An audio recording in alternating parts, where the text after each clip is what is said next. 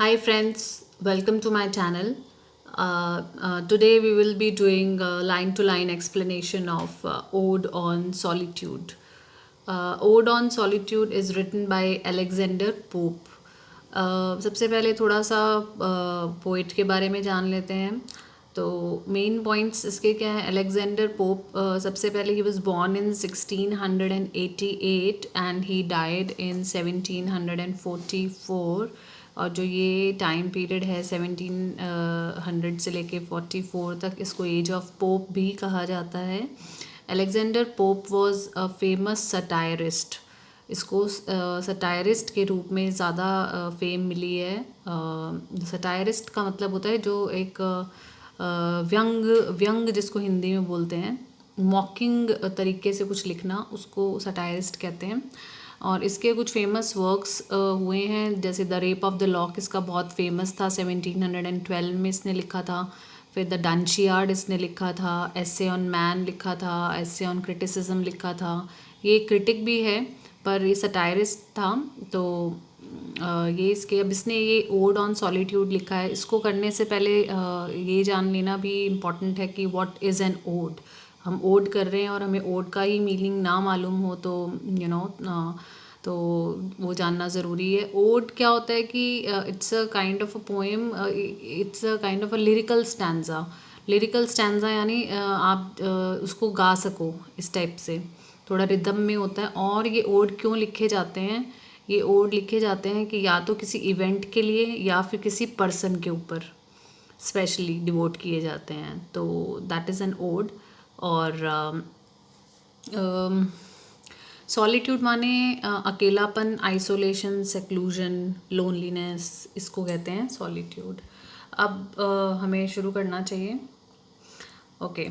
Happy the man whose wish and care a few paternal acres bound, content to breathe his native air in his own ground.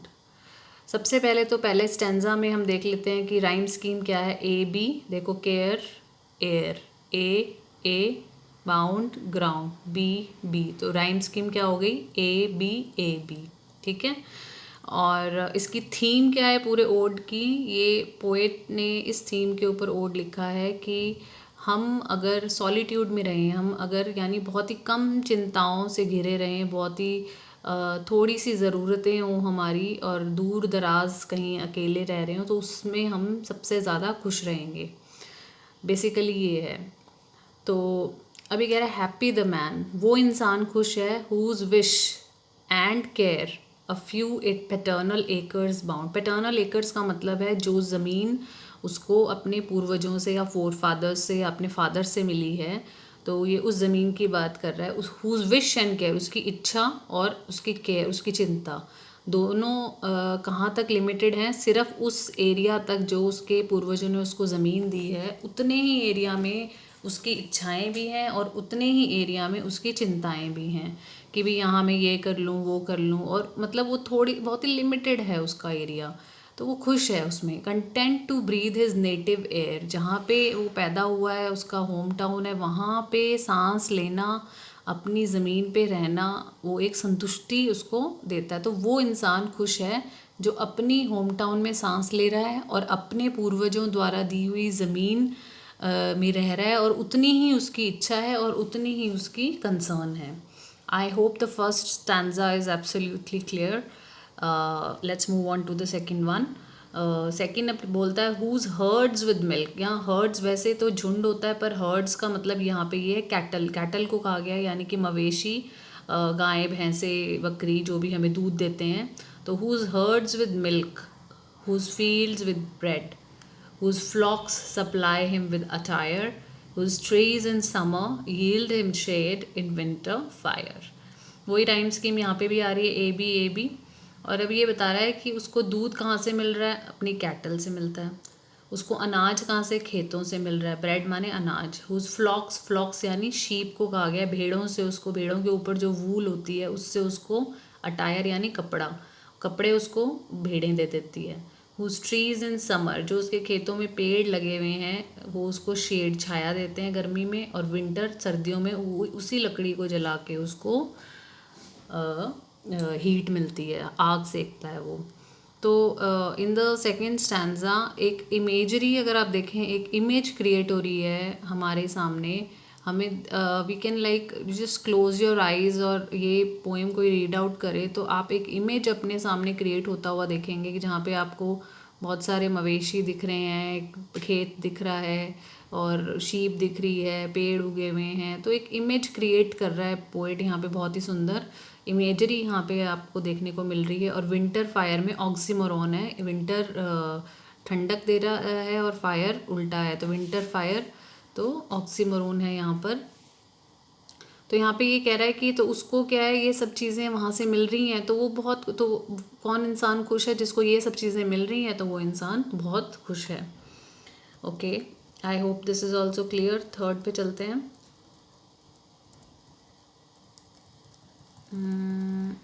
Okay, blessed who can unconcernedly find. अभी कह रहा है वो इंसान, तो उसके ऊपर तो कोई खुदा का आशीर्वाद है। Who can unconcernedly find, concern होता है किसी के बारे में फिक्र करना, चिंता करना, बिना चिंता किए उसके दिन, उसके घंटे, उसके साल कैसे गुजर जाते हैं बिना चिंता किए। वो इंसान खुश है जिसके बिना चिंता किए पूरी दिन गुजरता जा रहा है। इन हेल्थ ऑफ बॉडी, उसकी फिजिकल बॉडी एकदम हेल्दी है। पीस ऑफ माइंड, मन में उसके आनंद है, मन एकदम शांत है, कोई स्ट्रेस नहीं है। क्वाइट बाय डे, पूरे दिन में उसको शांति है। तो वो इंसान खुश है, उसके ऊपर खुदा का कुछ जिसको कहते हैं वो ब्लेस्ड मैन है, जो कि बिना चिंता के जिसकी ज़िंदगी गुजर रही है अच्छी हेल्थ में और अच्छा माइंड में। कह रहा है sound sleep by night, study and ease together mixed. अभी कह रहा है साउंड स्लीप, अब जो ऐसा इंसान है जिसको कोई चिंता नहीं है तो ऑब्वियसली उसको नींद भी बहुत अच्छी गहरी आएगी। स्टडी एंड ईज, अब वो आराम से बैठ के पढ़ सकता है। टुगेदर मिक्स, यानी कि पढ़ भी रहा है या कुछ काम कर रहा है और आराम भी है, दोनों चीज़ें मिक्स होके तो वो क्या बनता है, स्वीट रेक्रिएशन। रेक्रिएशन क्या होता है, इन्जॉयमेंट, एंटरटेनमेंट। तो ये तो बहुत ही अच्छा वाला एंटरटेनमेंट उसका हो जाता है। एंड इन अ सेंस उसमें मासूमियत भी है, विच मोस्ट डज प्लीज़, जो सबको बड़ा अच्छा लगता है। विद मेडिटेशन, और सोच विचार भी, उसका ध्यान भी करता है वो ये सब। तो वो इंसान बहुत खुश है जो रेस्टफुल स्लीप ले रहा है, अपना पढ़ाई भी, बुक्स भी पढ़ता है, उसको आराम भी है, एंटरटेनमेंट हो रहा है उसका, उसमें मासूमियत भी है, और मेडिटेशन, ध्यान और चीज़ों पे विचार भी कर लेता है आराम से, मासूमियत से। तो ये सारे उसने बता दिए कि ये सब इन्हीं चीज़ों से इंसान को खुशी मिलती है। तो वो कह रहा है कि मैं भी ऐसी ज़िंदगी चाहता हूँ। दस लेट मी लिव, तो वो कह रहा है कि मुझे भी ऐसी ज़िंदगी चाहिए। अनसीन अननोन, अब अनसीन अननोन में एलिट्रेशन है, यू से शुरू हो रहा है, ये भी यू से शुरू हो रहा है। अनसीन अननोन, कह रहा है अनदेखा अनजाना, मेरे को कोई जाने ना, भाई ये ना हो कि पूरी दुनिया से घिरा हुआ हूँ, बहुत लोगों से घिरा हुआ हूँ मैं। अनदेखे अनजाने इंसान की तरह मैं भी जीना चाहता हूँ। दस अनलेमेंटेड लेट मी डाई, अब कह रहा है मैं भी ऐसे मर जाऊँ कि मेरे पीछे, लेमेंट होता है ग्रीफ, दुख, लेमेंट, अनलेमेंटेड मैं मरूँ तो कोई रोने वाला ये नहीं हो कि पीछे कोई छूट जाए जो मेरे पीछे रोता रहे।